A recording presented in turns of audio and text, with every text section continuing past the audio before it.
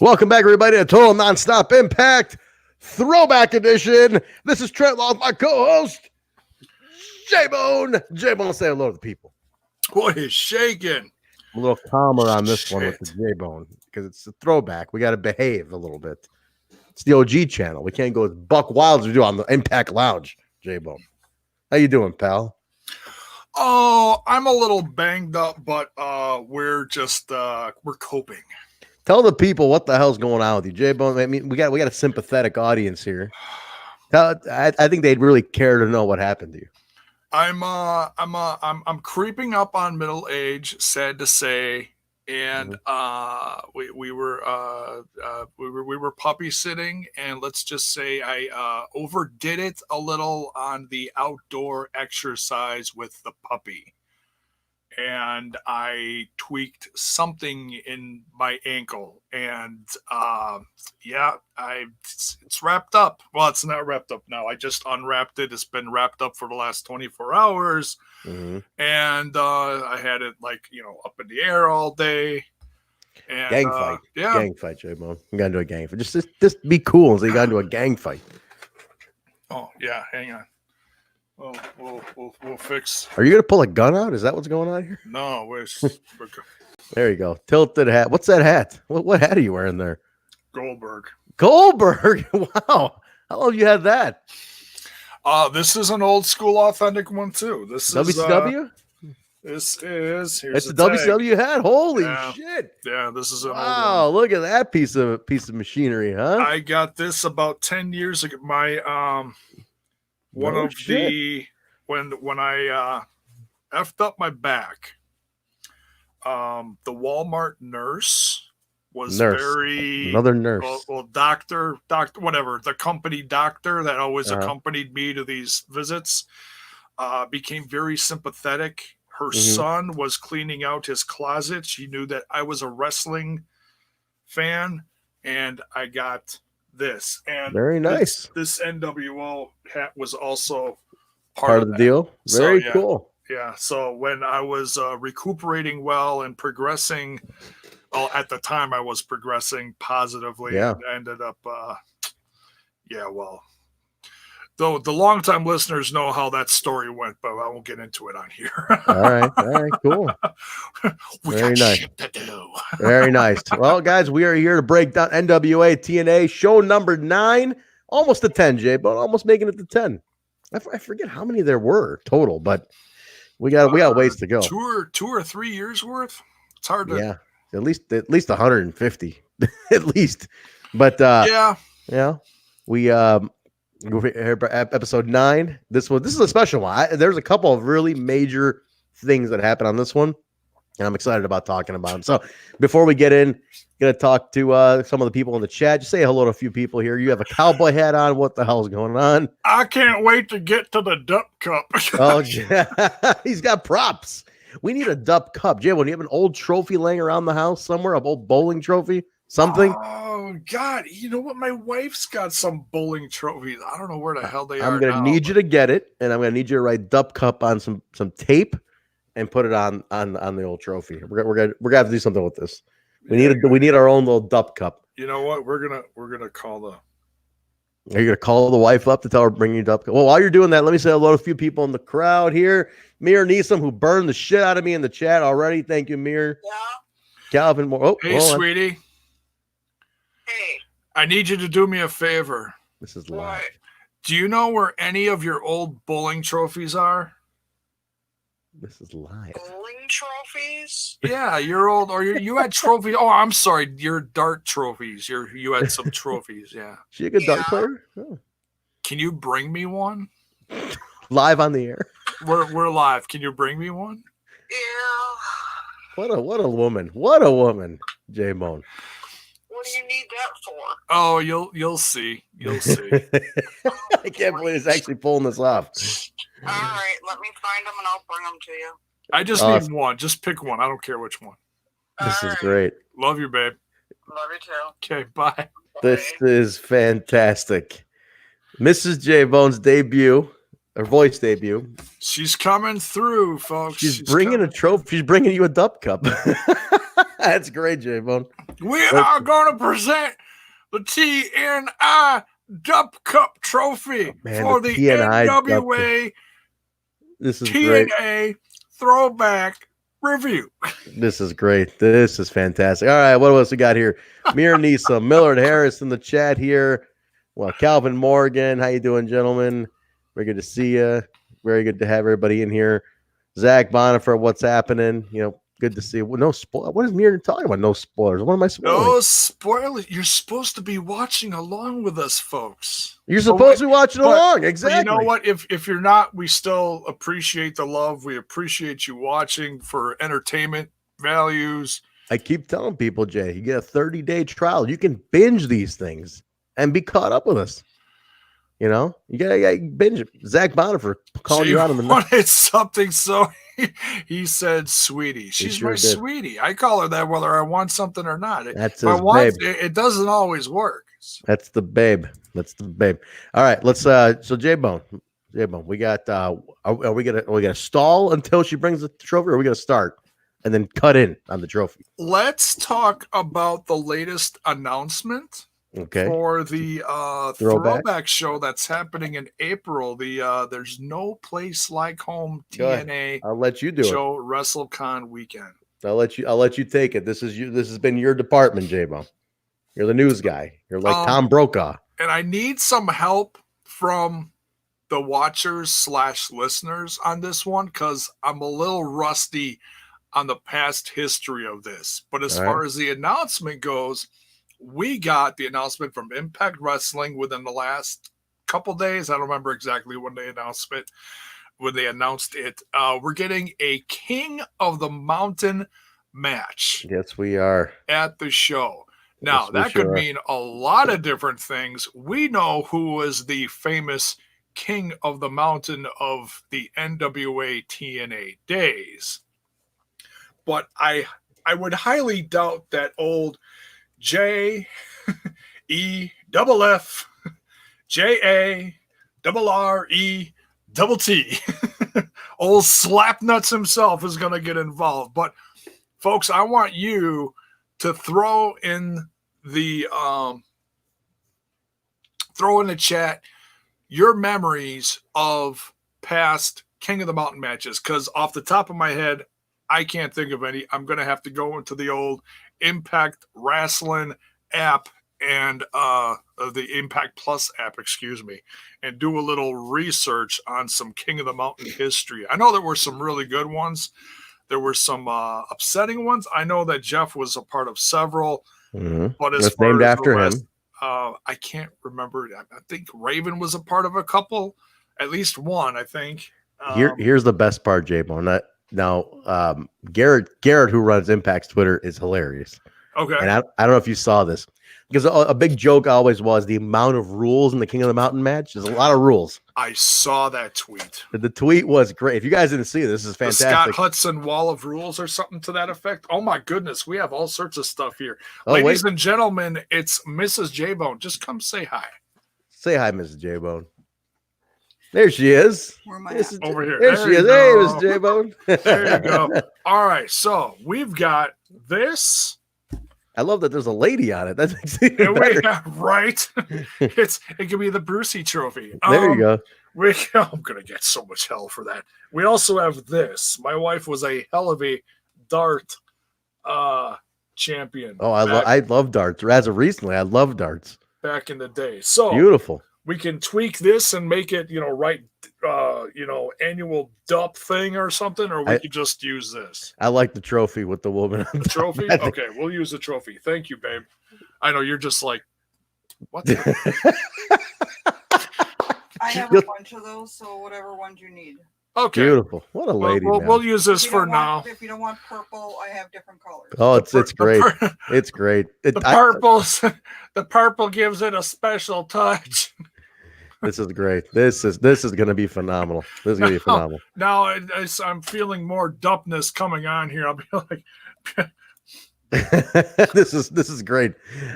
We are going to have a lot of fun with this one. All right, J-Bone, I'm going to let you label that up for next week. But great, we got to have our own the TNI Dupp Cup. My wife has a label printer. We can put whatever. Oh, this gets better and better. She's All right. She's a crafter.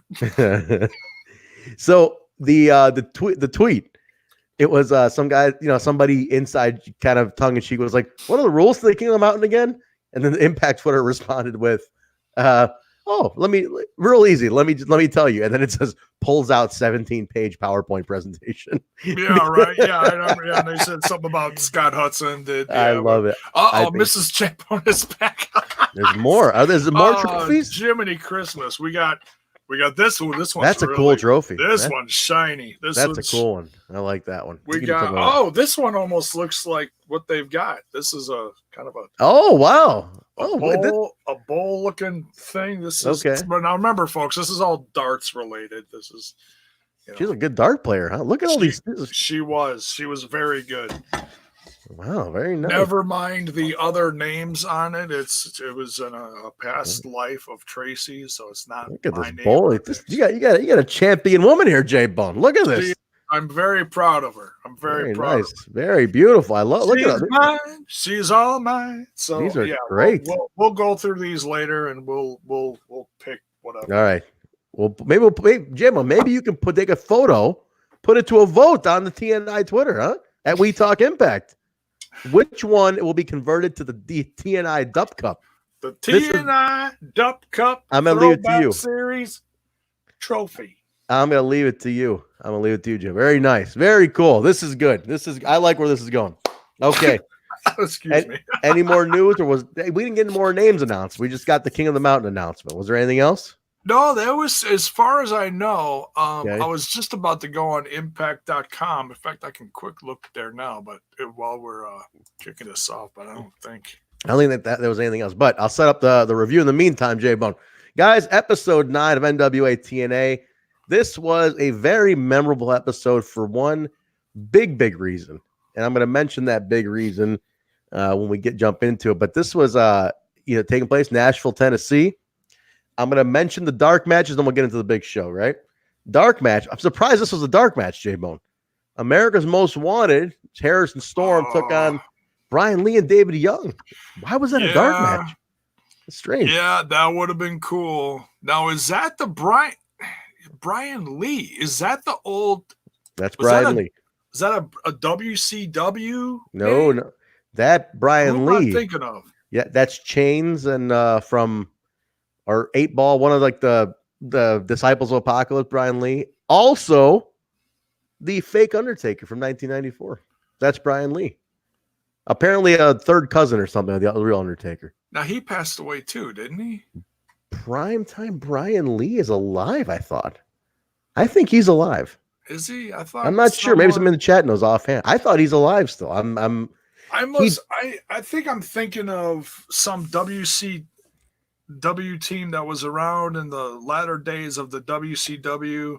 I can't remember if he ended up going. 2 really big guys with dark hair, and they made like a appearance in the WWF, and then they got fired. Chronic. You're thinking of Chronic. That was Brian Adams and Brian Clark. Yeah, that's what I'm thinking. Okay, I knew there was Brian something. Brian Adams and Brian Clark. Brian Adams is dead. That was Crush. And then Brian Clark just got arrested for like counterfeit money. Just happened. And the former Adam Bomb in WWF just got arrested for counterfeiting money or some shit, man. Just like 2 days ago.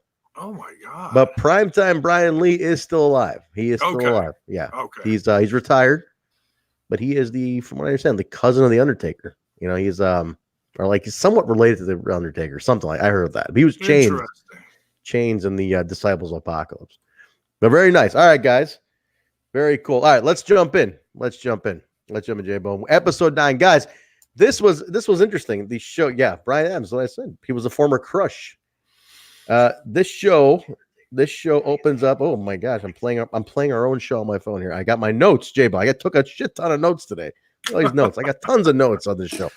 The show opens up with Truth Killings with a promo. He comes out to open it.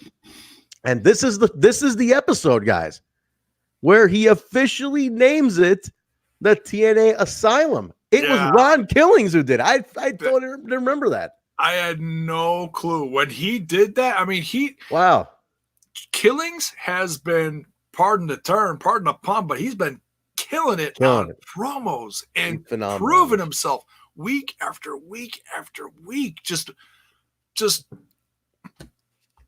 completely blowing me away. You know, I feel like we're in this like separate like time zone reviewing these. It's just, I mean, we are, but you know what I mean, like an alternate universe, and it's just mind-blowing watching some of this stuff, and it's like, wow, man.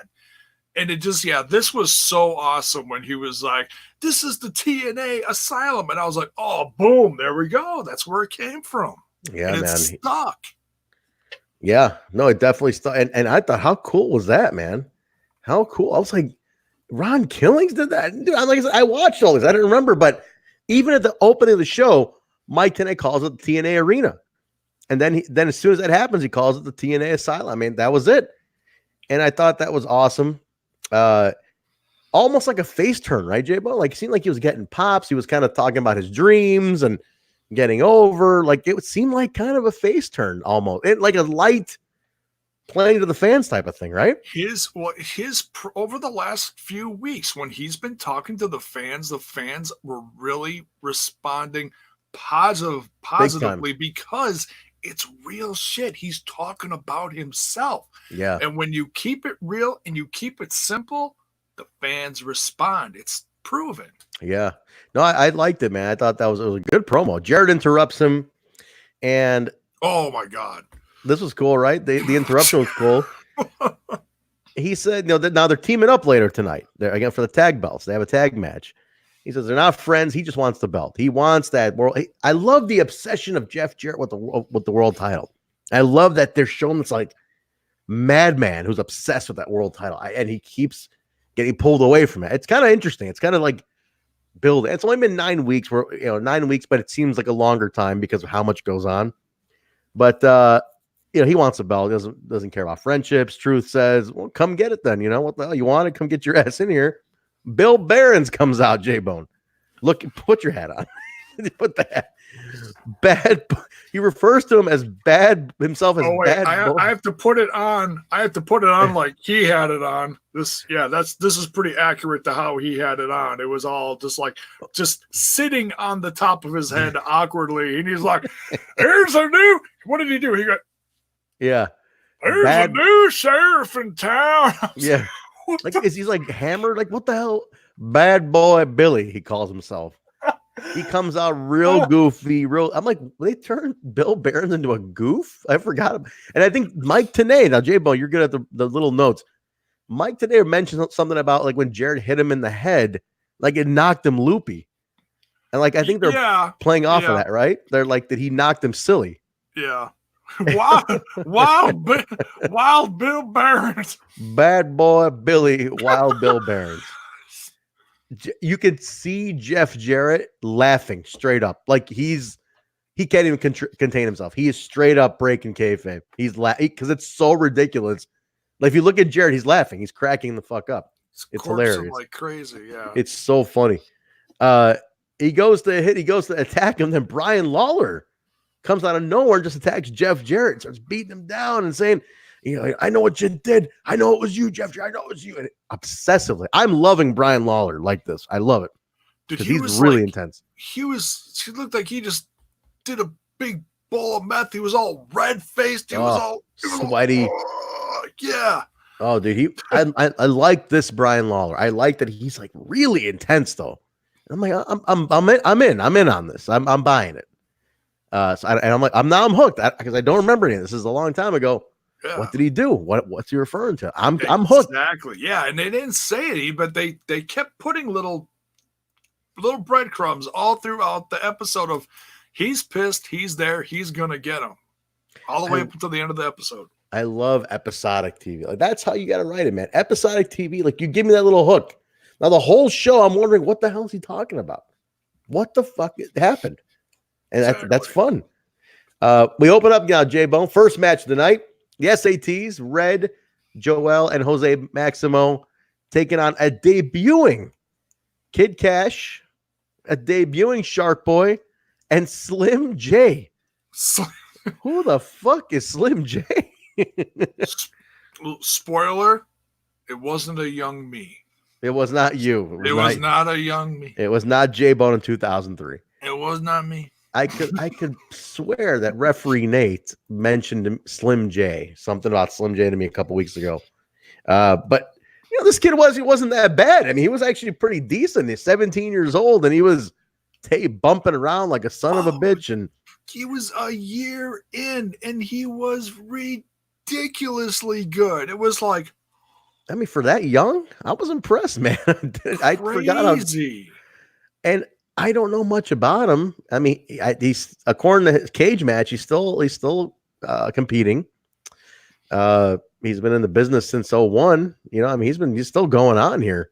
I tell you what's funny is when I was a big fan. I mean, I didn't watch old ECW live, but when I started seeing old footage, like a couple years after it happened, I loved Kid Kash. I was a huge Kid Rock fan, so I immediately drew to Kid Kash. I'm like, oh my god, he looks like Kid Rock. This is awesome. He did. And I even saw Kid Rock live back in the day, open up for Limp Bizkit. So, oh wow, it was insane. It was 100 degrees in the ballroom down on the east side of Milwaukee. I bought the rave. Are you talking about the rave? Eagles Ballroom? Yeah. Upstairs. I didn't even make it all the way through the Limp Bizkit set. It was so damn hot. It was summer. But yeah, so yeah, that was big Kid Rock time back then. And to see Slim J was like, oh, he looks just like Slim Shady. So I'm like, okay, we got Kid Rock and Eminem in the Impact Zone, or in the TNA Asylum, excuse me. But yeah, so I had a little chuckle on that, and he's all grabbing his crotch. I'm like, wow, what a throwback. No shit, man. I'm looking at Cage Match, and they don't even record this. This match isn't even noted on his history for some reason. But according to this, he just wrestled in Ring of Honor in December, so in a dark match. So the kid's still around somewhere. He's still doing something. Not quite a kid. Oh, this match isn't listed. Yeah, this match right here. He only had that one appearance. That was. I want to know if he's is he still called Slim J? Does he still look like?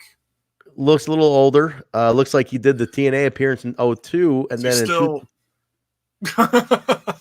in 2012 he did a house show against Patrick Bentley. I don't know. This is crazy.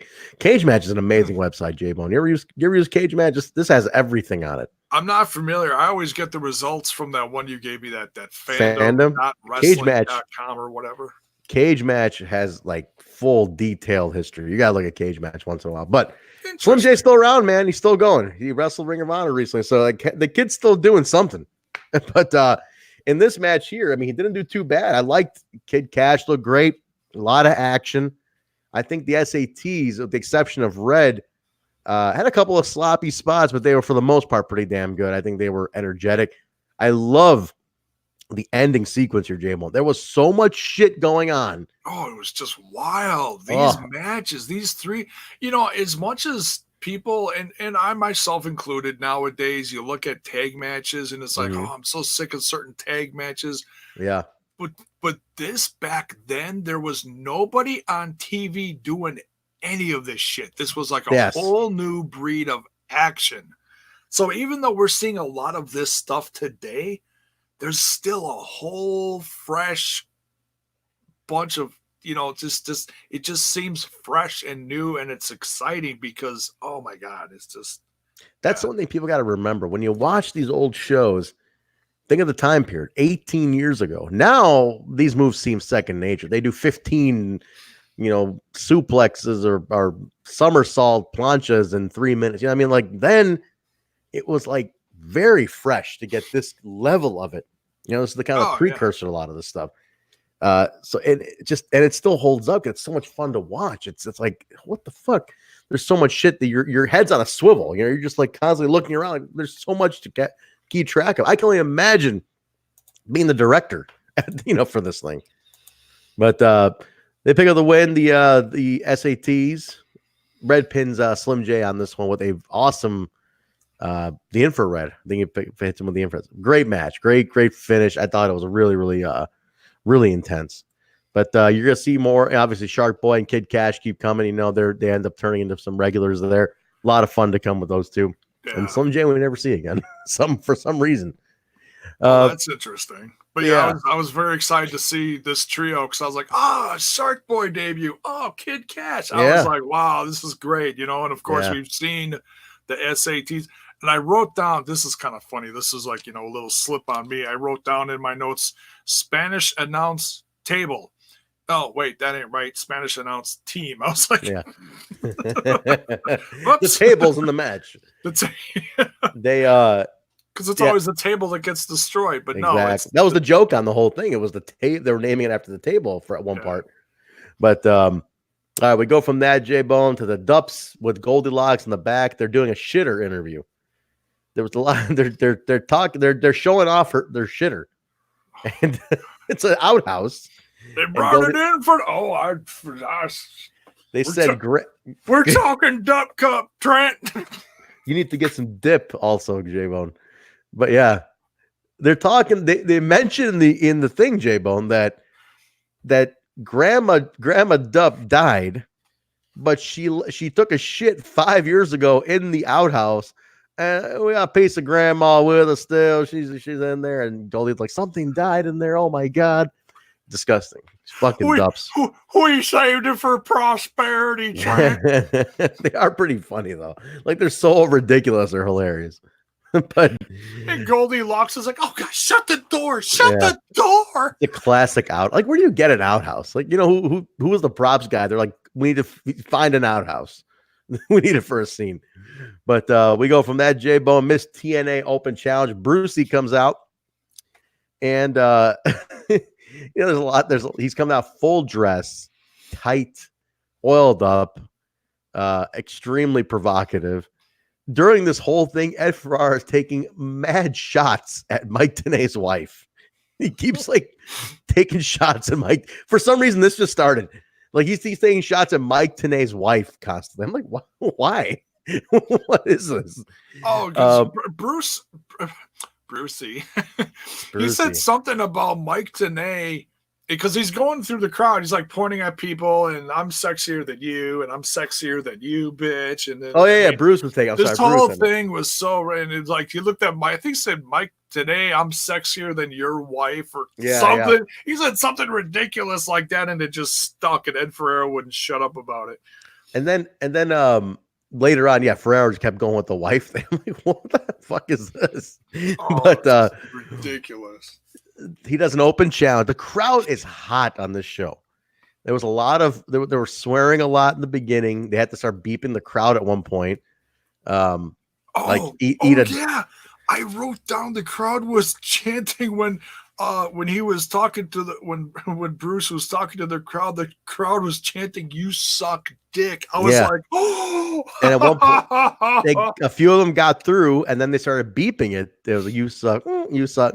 Because in the beginning, also J-Bone, there was a lot of profanity. Son of a bitch, this and bullshit that. A few got through in Truth's promo and Jarrett's thing, but then later on they started beeping them. It's like the producer was like, Jesus, like probably had a finger on the button, you know, like the beep button. But the crowd was very violent. Not violent, but like they were hot, man. Signs, "You suck dick" chants. It was like a lot of shit going on in that crowd. He does an open challenge, J-Bone, goes around, starts mocking the crowd. This one lady takes the challenge. She's a big chick. A big woman. He says something like, "Hey, make sure she's a lady first." And then Jeremy Borash is there with the paperwork. Here, sign here. You know. I love that little detail. Can I say I love he has the waiver. Yeah, you know what I mean? Like that's one of those things where like those little details count. And he brought a waiver over to her for her to sign before she got in. I thought that was very, very a nice little touch. Yeah, Turns out her name, That was hilarious. Turns out her name is Tina Hamilton. That's what all I was able to find out. Nothing more than that. I'm getting, obviously she threw a bunch of wrestling moves. Obviously she worked. She did. I mean, she beat the shit out of him, and then it came down to just a countered body slam roll up pin was just like out of nowhere. Yeah. Brucey out of nowhere. Bruce, he got her. He got her in the end, but she held up, man. I'm guessing she was in the local indie, you know, but she took him out pretty heavily though, man. It was fun for what it was. Jeff Jarrett's in the back with Goldilocks, J-Bone, and he's basically saying he's sick and tired of all this shit, all the hypocrisy, and he's like, who's he goes, speaking of crap, he runs over to the stall, he pulls Bill Barons out mid shit and knocks him out. Goes, I'm gonna put you to that wall next time. Like Bill Barons is literally in his boxers, like it was so goofy. I was like, I love if they're going drunk Bill Barons. I'm all for it. There's something so funny about this. What is he doing in the stall? Taking a shit. He was in the stall, taking a dump, taking a crap. It was so he might have been doing something else. I don't know. Who knows? Maybe. I don't want to know. I don't want to know either. We got Monty Brown and Elix Skipper recap for the feud. The match tonight and this show is a Detroit street fight. This was a phenomenal match. I loved this match. It was so intense. And again, I go back to Monty Brown, not that long into the business. And he was holding up really well, J-Bone. And I got to give it to Elix Skipper being the veteran in there. Oh, you missed you missed the Dupp Cup. Did I? I'm so sorry. Let's rewind. Rewind. You skipped over the Dupp. Yes, because it was so quick. It was so quick in there. Trent. Well, like what? Tio bumps into like stand up, and he's like, I'm gonna get you. Well, no, we still gotta get to the Dupp Cup match, but it was such a quick little thing at the end of the Jared Goldie thing where he like bumps in. He's like, I'm gonna get you. Yeah, and that's a throwback from a few weeks ago. It says if you bump into someone, you can challenge them to a fight. That's all it takes. That's and what sure it as shit, Tio bumps into Stan. Was it Stan?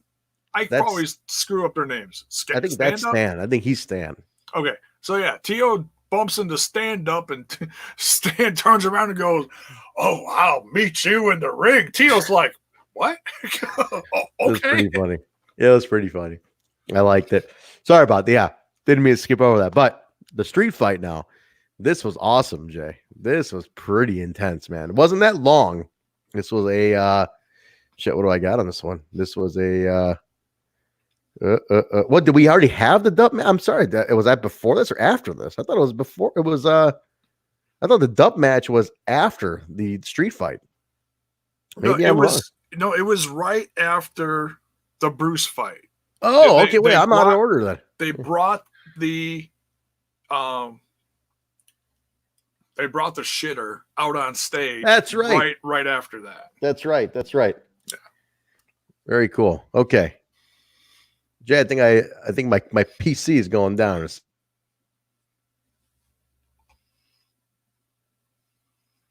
Uh-oh. Oh no. Oh no.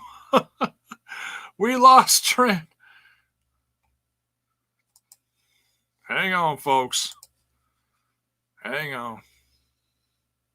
It's not me this time, I swear to God.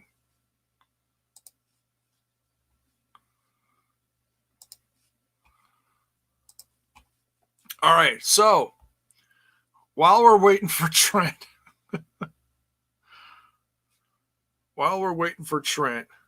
what happened? Something happened with his PC. He's messaging me right now. Stupid me, forgot to plug in the laptop. Be right back. Okay, so all right, so while we are waiting for him, we'll bring him back in a minute. Talk to me, folks. Shit. Had to silence that. My bad. All right. So talk to me, folks. Let me know your past memories on the King of the Mountain match. Let me know who was in some of your favorites while we're waiting for Trent to come back.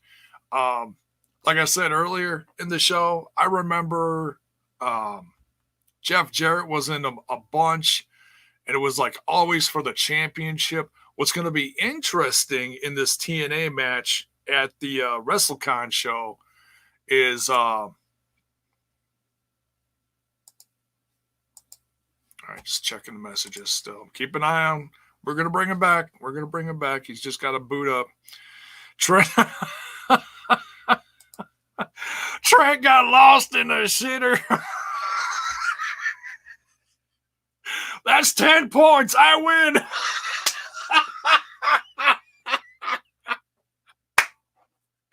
That's 10 points. 10 points. Oh, here we go. He's going to love this. I'm going to leave it up here. I see it. There he is. Stupid. Sorry. One of the stupidest things I do, J-Bone, I swear to God, I like, and I've done this twice on our shows, and it's so embarrassing. I use a laptop, and I just didn't plug in the fucking laptop. It's so stupid. It's okay. It's okay. Stupid. I still love you, but that's 10 points because you got lost in the shitter. So in the shitter, 10 points. Win. So you saw out of order. The match happened right afterwards. You're right, and it was quick though. It was like a 3-minute match or something, right? It was like super fast, like really fast. Yeah. Then okay, so now I got the trophy, but we can't present it until you put a label on it. Though. Right. We cannot present it with a label on. All right. I'll do. I don't know what the hell. I'm gonna do something to this. I gotta like. But T.O. wins the Dupp Cup. That's the funny part. He does. He wins the Dupp Cup thanks to Puppet. That's right. So so break it down. Puppet comes out. I don't remember what happened in the ring, but I know it went up to the ramp. They were trying to get Stan was trying to get T.O. in the shitter because that's like an instant win. Isn't that the 10-pointer or something? 10 points. That's it. You get him in the shitter. Yeah, if there's Dookie in there, so ridiculous. then you win or something like that. I gotta double check, but that's like a big thing. We gotta put the rules up now. We gotta put that in the description. Both every week there's a Dupp Cup. That's gotta be in the description. We gotta do it. It's like 15 pages. It is. But yeah, so Stan opens the shitter. Yeah. And there's Puppet with, I don't know, it was a baseball bat. He hits me with something. I forget what it was. He hits him with something, and they get Stan in there, and they jump. So he dives down. He's all in the shitter. T.O. gets on top of him, stomps him in, and they announce him as the winner. They're like, he's got him in there. He won. And oh my God. And then Stan comes out. He's got something on him. God knows what. Honorable mention for the fact that they got the first 2 points by taking out Jeremy Borash again. Poor Jeremy. Oh my God. And Ed Ferreira said something to the effect of, I'm staying back here this time. Yeah. I'm staying out of it. Oh, then what are we drinking tonight? Non-alcoholic Labatt's. I got my last one. There it is. The last Labatt's non-alcoholic. And I have a dollar store Rip it. Energy drink. Yeah. All right. I'm not sure what's in that, but hope you can make it to the end of the show, Jay. I don't want to know. No, I had a cup of coffee earlier, so yeah, we're ready. You're pretty wired. You're gonna be up for a while. I might podcast on my channel after this. Talk about all do it. Why not? Do it. Well, now we can get to the street fight. Right? Okay. It's not now. I'm at the right thing. I skipped over the goddamn the Dupp Cup, but excuse me. This was a badass match. Elix and Monty beat the shit out of each other on this one. Yeah, this was pretty intense. Yeah, and the announcers are like, man, look at these guys go. I mean, they were just like, man, these guys are just big, pumped, athletic. They look like $1 million, and they're just kicking the shit out of each other. It just, it was fun. I still say, man, that Monty Brown impresses me for as little as he experiences he had going into this. He's very impressive in many ways here. I think he is an extremely awesome talent, and just knowing what ends up happening, just that it sucks, but watching the rise here is going to be the fun part, and I'm excited about that.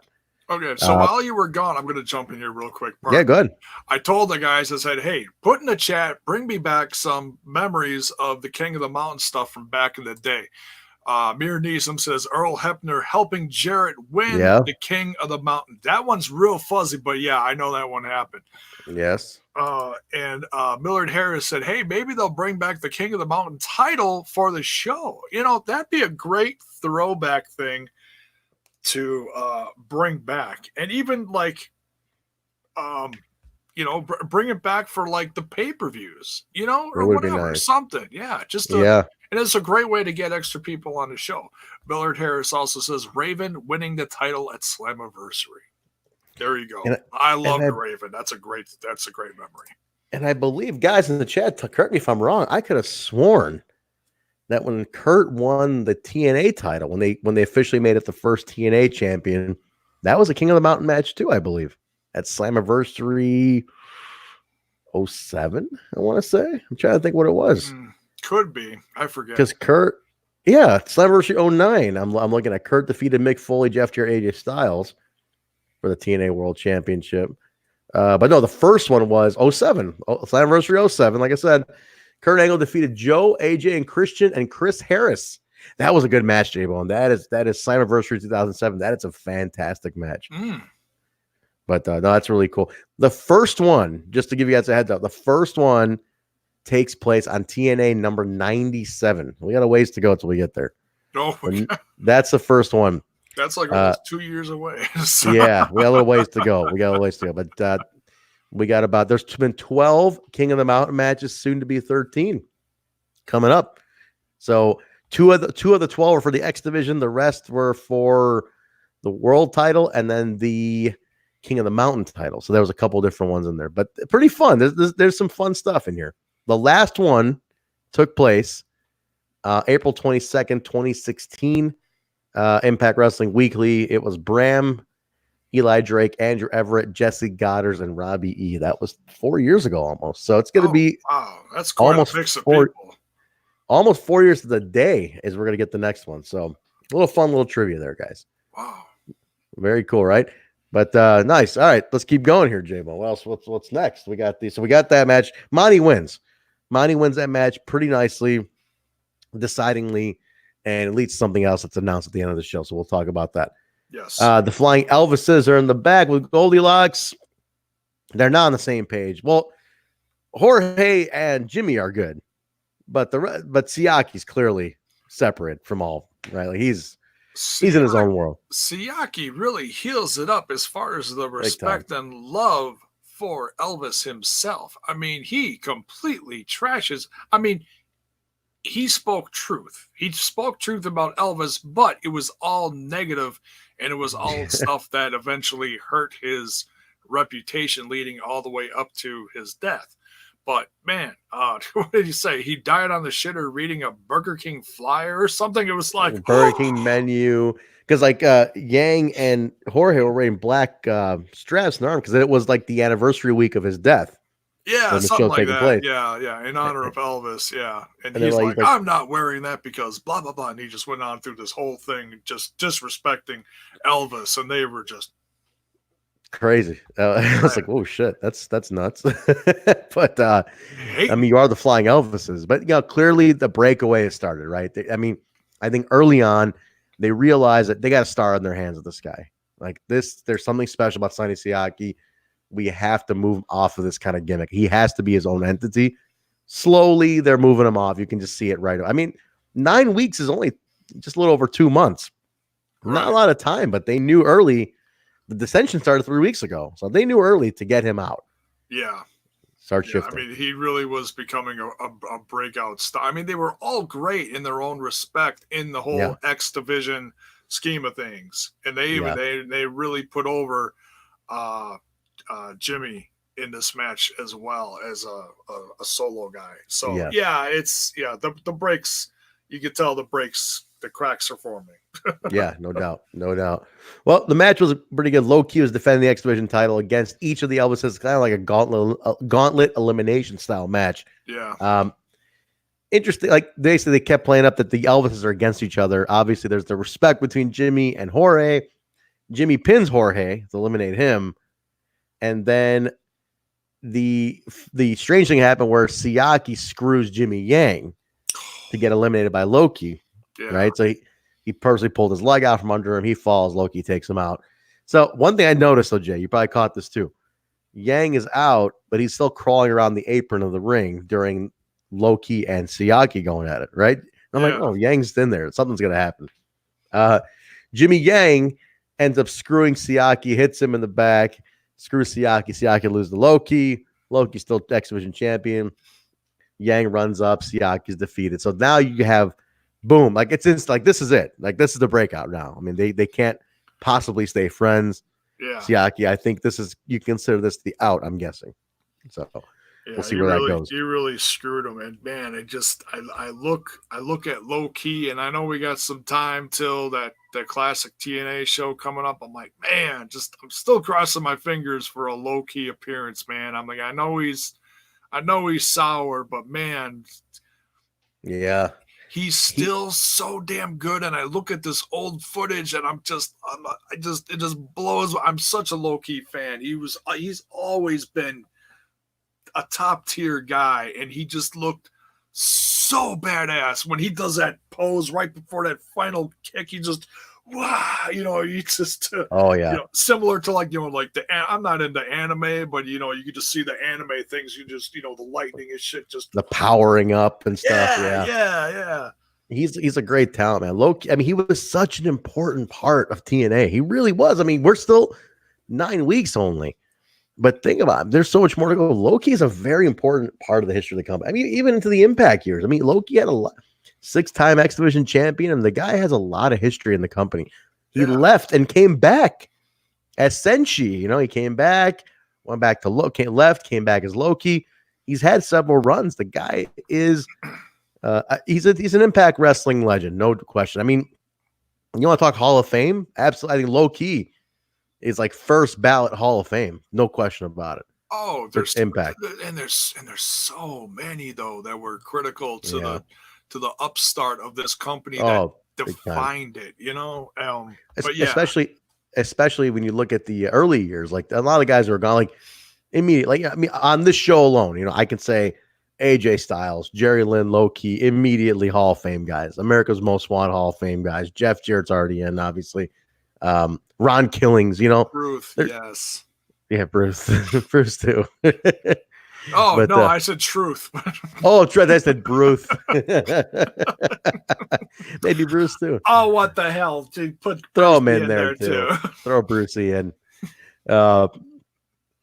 So again, big fans of low key here for sure. And I'd love to have more, I'd love if he did an appearance. It would be nice, but probably not. We go to a recorded earlier segment, J-Bone. It's Goldilocks trying to catch up with Jerry Lynn. He invites her into the car. He's like, well, I gotta go do something if you want to just tag along. She's like, oh, is it okay if we both come? I love, again, the little detail, J-Bone. She's like, she acknowledges the cameraman. She's like, yeah. Oh, is it okay if cameraman comes too? He's like, yeah, both you can come in. I love that. They're in the car. She's asking about the whole dissension with AJ, blah, blah, blah. He's like, I gotta take care of something. They drives a little bit, stops, sees AJ coming out of the White Trash Diner, which is a famous place they all used to go to all the time to eat after the show. It's the White Trash Cafe, I think it was called. Yeah, and he's like yelling at someone, some patron or the owner, or he yelled, I don't remember what he was, but he was like, yeah, and blah, blah, blah, blah, blah, blah, blah. And then Jerry Lynn just weird. Clocks him from behind. He said something like, yeah, I'll have my pants off too. I was like, what? What did he say? Oh yeah, he says something ridiculous, and then he dumps him in the like an old style.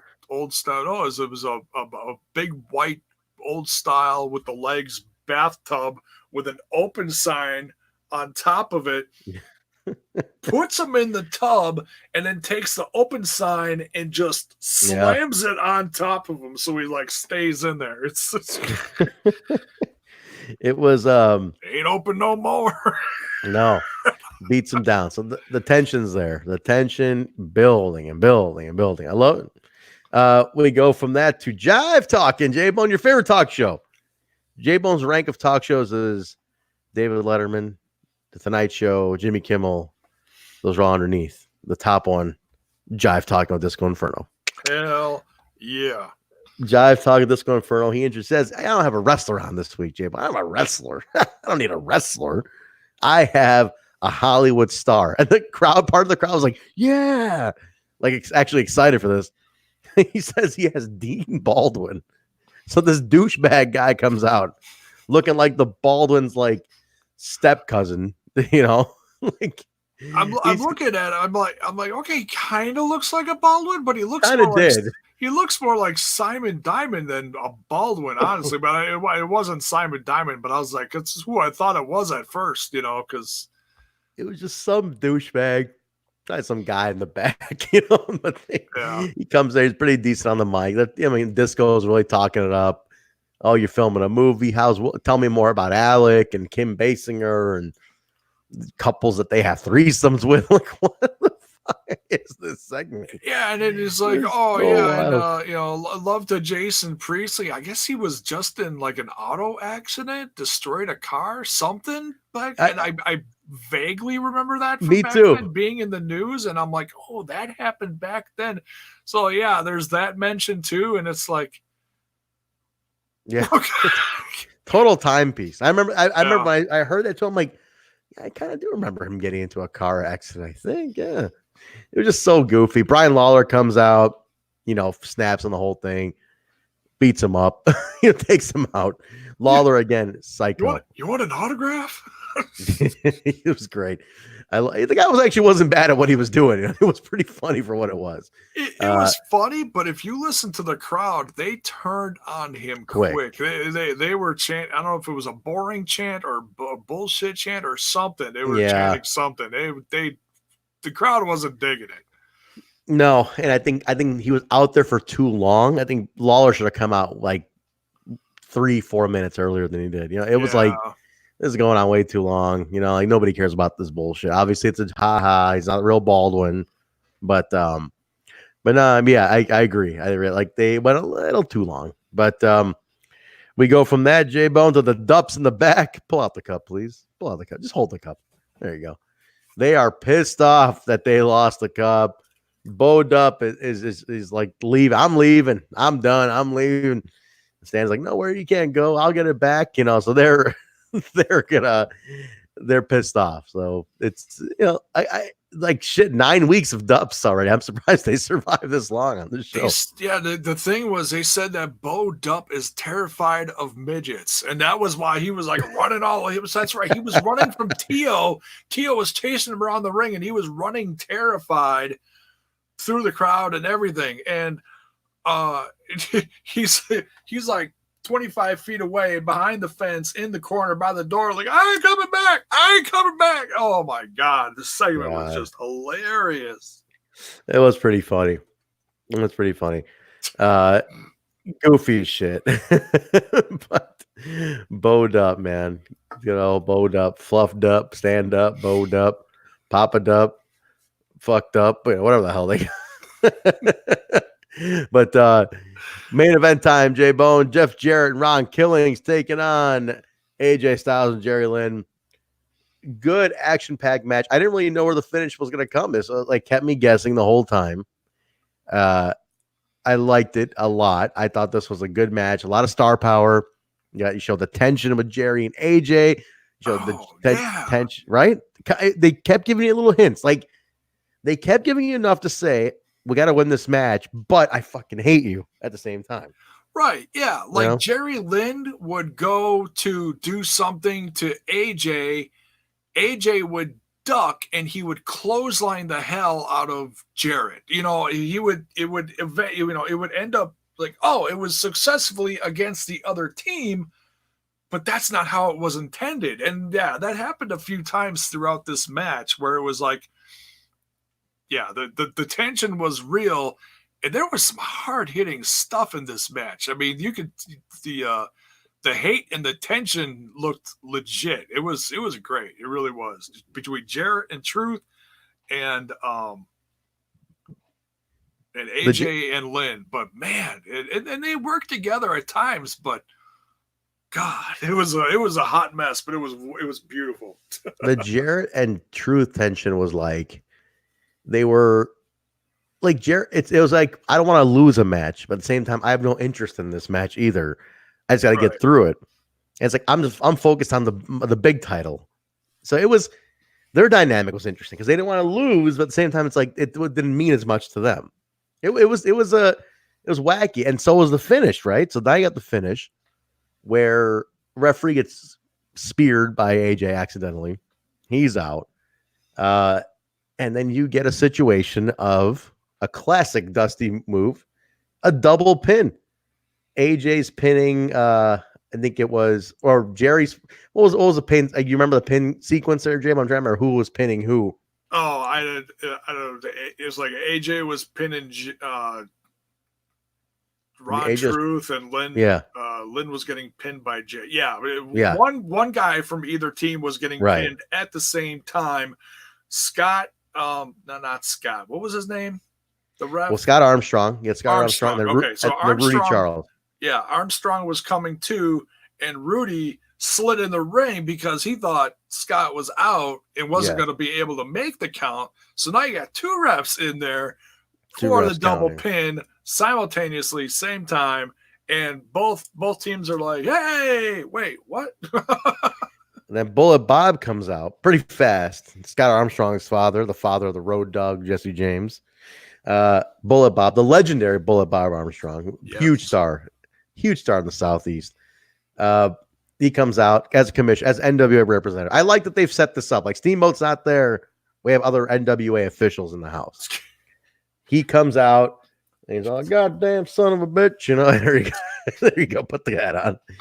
And wait, I gotta put it on right because there's a new sheriff in town. Oh no, it wasn't Bill Barons. It was Bob. It was Bullet Bob. No, I know, Barons. But I'm just saying. But Bullet Bob also has a little funny twang too.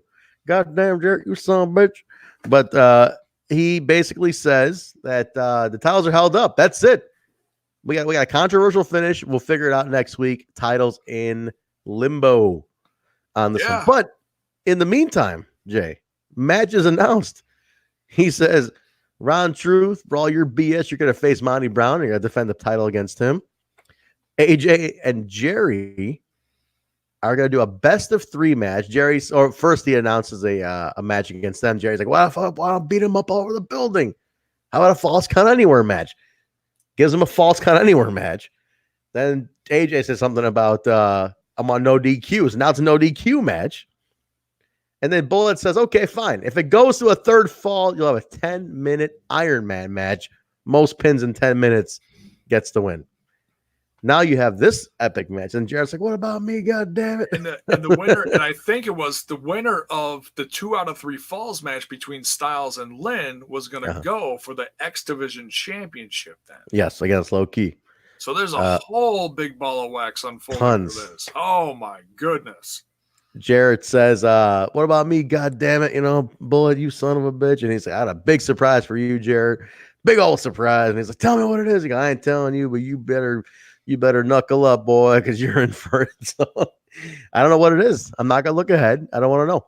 And I don't know either, but yeah. So and they announced Low Key is going against the Spanish announce team. Excuse me. Table. So it's another 4-way, like same as this week, but against 3 different guys. So Amazing Red and the 2 Maximo brothers. I'm still getting used to that. The Maximo brothers. Joel and Jose. Yes, thank you. Because I didn't write down their first names. I just wrote down. Well, Ed Ferrara called. He goes, "Elbow pads." Right, and that's how because they're twins. So that's how they differentiated them. One guy had the armbands, elbow pads, whatever, and that's how they got them apart. Then they was like, "That's Joel." He goes, "Elbow pads." And he's like, "Well, it was a 50-50 guess," or whatever he says. I like that. And what was anything else? There was a couple more things announced, wasn't there? One or 2 more? It was. Oh yes, yeah. So okay, so we got Styles and Lynn 2 out of 3.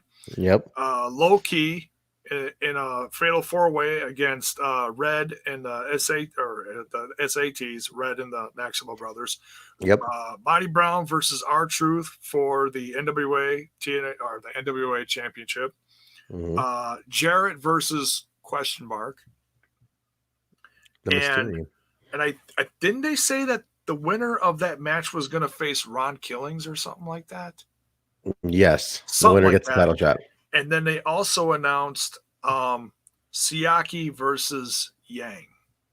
Yes, Siaki and Yang. Yeah, so the X division is just going to explode. I mean, it did this week too, but Next week, it's going to be ridiculous between I agree. Sound, Lynn, Loki, SAT, Sayaki, Yang. Oh, my God. A lot going on. If I wasn't bald already, I'm going to get bald with excitement next week. Jeez Louise. It didn't end, though. We had all that going on. Those matches declared and everything. Jarrett steals the belts, the tag belts. I'm taking these. He takes the belt. He's so pissed off because he gets screwed again. He's got to go through more shit to get to that championship. It's like you almost feel bad for him. Exactly, because he's super over with the crowd. The crowd is like, at this point, they're sympathizing with the heel. Yeah. They were chanting Double J like crazy. At this point, they're all in on Jeff Jarrett because they're like, this guy really is getting screwed every week. And they're in for it. So he's over now. Yeah. He goes to the back, and their security's there. He's yelling at Bob Armstrong, give me the belts back, blah, blah, blah. And then Brian Lawler comes up, starts choking him. I know you did, God damn it, Jared. You're gonna be sorry for what you did, and then go off the air. So intense episode. We nailed that in an hour exactly, J-Bone. Beautiful. We're sticking to this really well. Wow. Even with the PC going down and the Dupp Cup excitement, we nailed it. I got it up back on pretty quick. You did. Within a minute. I was impressed. Thank you. Stupid move. Completely idiotic move. It's okay, man. Hopefully you covered it. I did. I talked to the people, and we made it happen. You said hello to the people. Very nice. Well, guys, that was it. That was episode 9 of NWA-TNA. It was iconic for the fact that this is when the Asylum got named the Asylum and kept that name forever. And I thought it's such an iconic name for wrestling building, the TNA Asylum. It's up there with the ECW Arena. It's got that feel, and I think that's really cool. I found that I was reminded of that today. J-Bone learned that today. That's cool. That's the fun part here. Yeah, I always wondered that throughout the years. I'm like, why did they call it the Asylum? How did they get that? And all of a sudden, boom, at the start of the show, I'm like, oh. It's really cool. There you go. Really cool. And it's very nice, guys. Because Truth was really catching the crowd. I mean, they were really starting to, at the start, they're like, oh, who is this guy? And we don't like him. Yeah. He's just a WWF jabroni and, yep. whatever. But he won over the audience and the fan base. No doubt. And, even in, there's still racism in the South. And you could see when he won the championship, there were some pissed off people in the crowd last week. But bit by bit, this crowd is becoming a Truth audience. Yes. Really, truthfully. Truthfully. No, you can see it though, Jay. You could see that shift. You can truly see that shift. But there are some holdouts though. You're seeing some holdouts there as well in that crowd. But you see that, Jay. I mean, it's almost like a double turn is happening. It's almost like they are now. Well, first they were against him. Now they were with him, and now they're kind of like turning towards Jarrett more now. Like there's a lot of going on. I love that. It really is. Watching it back now, it's total nonstop action. There's something fucking happening at every second of the show. And I love it. It's so similar to what's happening today, minus all the social media garbage going on. It's not even funny because Truth at the start of the show, and I should have remembered that they covered this, but I'll bring it up now for the sake of, because this was like such a hot point at the start of the show in his promo, talking about that a senior official from the WWE told him on his way out that he was a black man working in a white man's world. And I was like, oh my God, that is crazy. And you think about, okay, who's been at the top forever? Obviously, Vinnie Mac. Mm-hmm. But we know who was on top back in the Attitude Era, or just after that. And it's like all these names pop in your head. And I'm not going to go through them. If you're an old time fan, you know who they are. Yeah. And I'm not going to say it was this guy, but it was that guy. but we know who was there, and it was like, oh my God, that really happened to him. That's so horrible. And he brought that to the forefront of this promo. Yeah. And then Jarrett comes out and he throws the whole reverse discrimination thing, and I'm like, oh my God, it got worse. It never ends. No, it's crazy. you can see the genuineness of what he was saying. I don't doubt for a second that was really told to him. Not for a second. Yeah, that he was really absolutely this. I'm sure somebody said that to him. That he's a black guy in a white man's world, and there's more scrutiny on him than there is anybody. That's what I mean. I don't doubt that was told him in WWF. So he proved a point. He definitely proved a point. I liked no matter that he's gone now, he's back at the WWF. I like the guy. I think he's a very, very crucial, critical part of Impact Wrestling history, no doubt. He is. Very, very cool. Yeah, and you can already see that. It's just wild watching him back then at this time when he was so prime. Oh, he was. He was 30 years old. It was 20 years. He was 30 years old. And he's like a little over 50 now, right? 51, 52 years old. Yeah. I mean, he's still going strong. Yeah. Still going strong. But imagine his prime, that 32-year-old chip on his shoulder. That's every company needs a guy with an authentic chip on his shoulder. I mean, one of the things that would come up at the AAW is that Rohit Raju / Hakeem Zayn, he's that guy for us. He's got that chip on his shoulder. And when you got a guy who's out to prove himself because nobody believes in him, that's the authenticity you see in Round the Truth Killings. It is. It's amazing. It is. And if you don't know what Trent's talking about right there, go to the AAW YouTube page and look up Rohit Raju's promos. They are gold. He's another level, guys, and that's what I'm seeing now. If they only let him do that on TV, can you imagine? It'd be awesome. It's like, I love the Desi Hit Squad, and I screwed that up. I apologize. I said it so quick. The Desi Hit Squad. There you go. There you go. All right, there you go. Thumbs up. Woo. Yeah, I love that crew, but man, there's something just blooming in the background. It's gotta happen sometime. It really does. It's just you're not even giving him the chance to scratch the surface. It's such a different thing. It's just like, you look what they did when they gave Ron Killings a shot.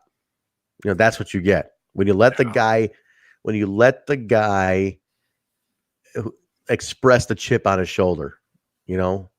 Lord Harris in the chat saying the crazy how things turned out, and now Vinnie Mac supposedly loves Round the Truth Killings. He's a loyal guy. He wanted to be loyal to wherever he was, and I mean, the money's there. They go back. Money heals a lot of wounds too.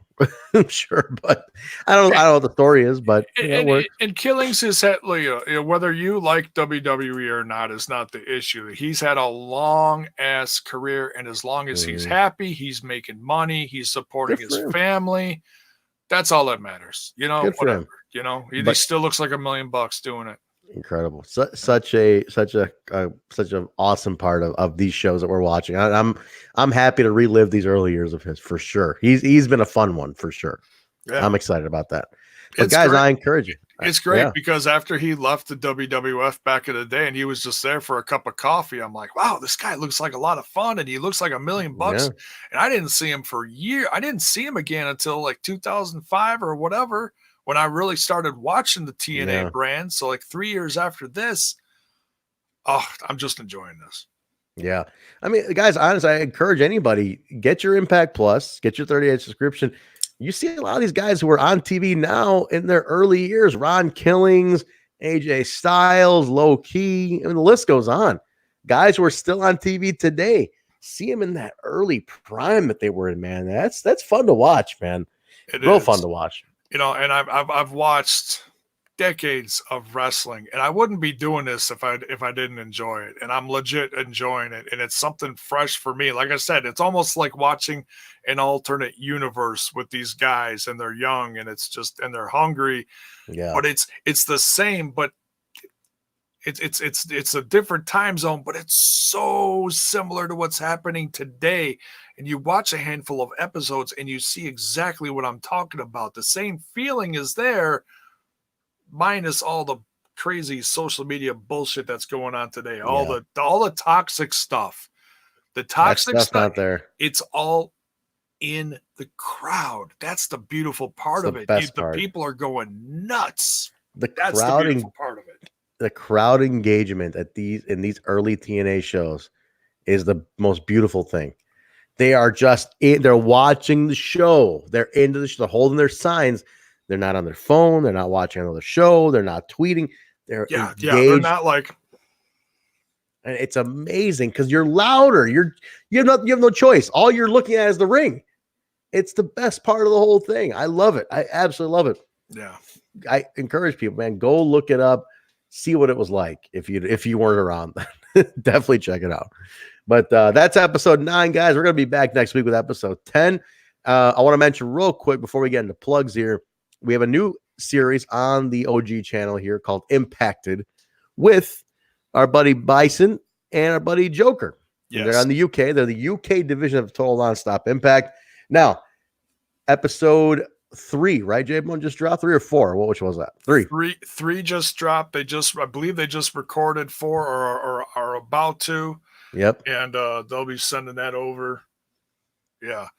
These are so much fun to hear someone from another country talk about this brand, and it's completely out in left field, just talking about a character's history in the company per episode, So it's in there, but it's separate. It's really nice. So it's piggybacking off of us. We're also working on some other original content to come to the channel. I don't know when. I'm not going to promise nothing, but it's quietly, slowly. It's a slow burn. We're going to see what happens. Very cool. We'll see where it goes on with that. I also want to get back to doing some little shorts, news briefs kind of thing. I'm going to talk to you, Jay, about a couple of things. We'll start getting stuff into that and back into the news section. We didn't want to trip over BQ too much. He takes care of a lot of the news, but he does more of a news digest of like 3 stories at once and a couple of days after. I'm thinking if we can, we'll break them the day of, if as much as possible. That'd be better. But so we'll look into that. We'll get to that. But so yeah, things coming, guys. Thanks for all the new subscriptions. A lot of the channel's growing here on the OG channel. The weekly Total Nonstop Impact, weekly Impact Wrestling review, still on the Impact Lounge. That's the flagship show of the Impact Lounge. That's where we live for weeklies. This is more of a specialized channel, and we'll see. I mean, as time goes on, we're going to figure out more content, more stuff to do. But we are, the agreement we have is with the Impact Lounge to be the flagship show of that channel. So we do that weekly there, guys. Subscribe to the Impact Lounge. Check us out every Thursday. We go live and do the review of the Tuesday show. All right, Jay, let's get your plugs in here. Where can people find you? You can find me over on that other little podcast called Smash This Podcast. Go over there. Go check me out. I've been really inconsistent. It's just life happening. I'm trying like hell to get consistent on there again. News stuff, some reviews. I'm doing like every other little weird thing on there right now. I even been thinking about talking about XFL a little on there. I'm getting back into watching football. Who knows what's going to show up on Smash This Podcast. You can also find the podcast on Instagram, the Twitter box, and Facebook. You can find me personally at JBone5150 on Twitter. That's JAYBONE 5150. Very nice. Very nice. Guys, you can find me at Vanilla Joke, Instagram and Twitter. Also at Hemi Music, Instagram, Twitter, Facebook. Don't forget, Hemi, my band, has been involved in some Impact Wrestling. So if you're an Impact Wrestling fan, support the band, HemiMusic.com. Check that out. Guys, you can also find this show on all social media platforms at We Talk Impact. That's all one word, We Talk Impact, or type in the Total Nonstop Impact on Facebook, Twitter, and Instagram. Follow us. Feedback, welcome. Connect with us. We want to connect with you guys. We'll follow back. Let us know. You want to follow back? We'll follow you back. We love it. We'll do it. We love, we're building a brand here, guys. You're all part of it too. We love that. again, we're also part of the Impact Lounge. Go ahead and subscribe to the Impact Lounge. Follow the Impact Lounge on Twitter as well, and Facebook, the Facebook page of the Impact Lounge. Also, this podcast, the Total Nonstop Impact podcast, this show, the weekly show, and soon Impacted. We're gonna start putting Impacted out on the iTunes feed. Can be found wherever podcasts are found: Apple, iTunes, Stitcher, SoundCloud, Google Play, iHeartRadio, TuneIn Radio, Spotify, YouTube, Player.fm. If it plays podcasts, we're on it. That's it. That's all I can say. Right, J-Bone? Hell yeah. If it's a podcast channel, life, whatever the fuck it is, we're on it. But we're on all the major one, guys. Rate, review, subscribe on all those channels, guys. Let us know what you think. The more you rate us, the more we come up in searches. We've been doing pretty well with that. So let's keep that momentum going. So go ahead. What do you got? Any breaking news, J-Bone? Something breaking? No, I just wanted to say thank you. We just hit 275 subs on this channel, the OG channel, and we just hit Twitter just like went over 1,000 followers a few weeks ago. So thank you so much for that. Facebook just hit 150 likes. So thank you so much for that. And because we share a lot of our content on the Impact involved Facebook groups, pages. There's several of them. I think there's 3 or 4 that we share our content to. And then if I noticed someone, you always get the notice saying, hey, someone liked it that is not part of your Facebook page, invite them. So that's me always inviting you. If you got an invite, it's probably from me, because I try to go on there at least every day, if not every other day, and cover the social media, go over the likes, the comments. Thank you so much for the love. Keep growing the product. Just wanted to say thank you, because it's still growing. It's getting positive. It's always positive Impact Wrestling feed, and we're just looking for more people to help grow the brand. Thank you. Yeah, absolutely, guys. And again, we're part of the Impact Lounge, and that's the monster. That is the kingfish of Impact Wrestling media, and we're part of that too. So Millard Harris, real quick, just mentions Trent. I heard your other podcast, very enjoyable, the AAW one. Thank you, Millard. It's called the Backstage Boys podcast. You guys want to hear more of Trent here? Check out the Backstage Boys podcast. That's the one I do about production, backstage stuff in indie wrestling that I work at, specifically AAW. I do it with alongside Basil and referee Nate Speckman. Those guys work for other companies too. We talk about those.